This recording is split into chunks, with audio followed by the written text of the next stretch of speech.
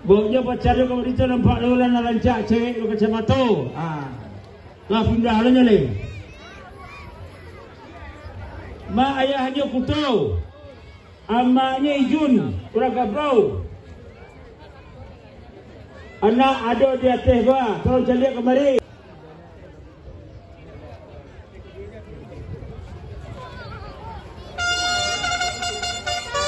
Hanya dari kalau kandang. Guntiang ke situ, guntian. Taga dua drone di layang. Nak nampak baju gunung lagi. Tolong drone. Layang-layang diturunkan. Kena pacian tak bisa lanjut. Tolong. Layang-layang. Kau kibat main layang lah. Apa jamaahnya mencari layang anak hilang. Tolong turun. Ini Stebo Solok dan yang di posisi ketiga dari pertama kemarin adalah Anglia Kepemilikan Eka Kurniasari keluar sebagai pemenang juara ketiga. Tentunya mungkin saja segala sesuatu bisa terjadi, bisa berubah dari yang kedua, mengingat 3 ekor kuda saat ini sudah menuju starting gate. Tolong kembali layangannya diturunkan. Astaga.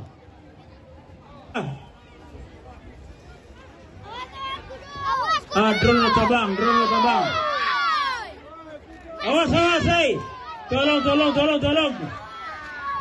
Kuda merah, dua kuda merah.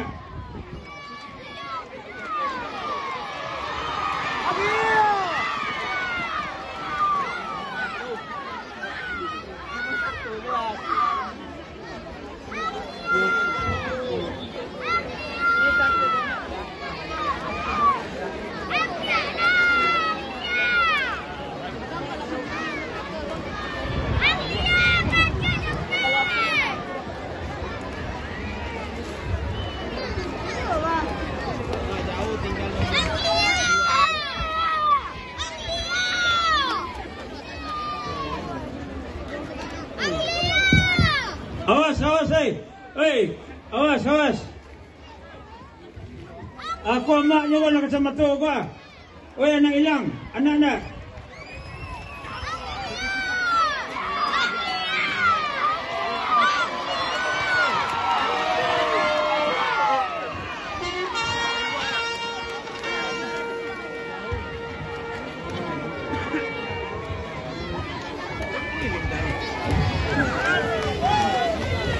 Ia bagi sama peserta dari yang pertama kemarin dengan jelas kita lihat.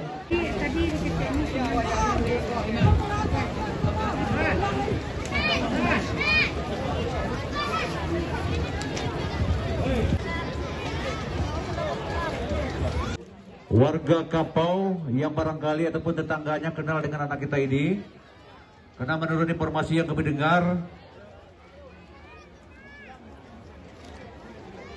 orang tua dari anak ini sempat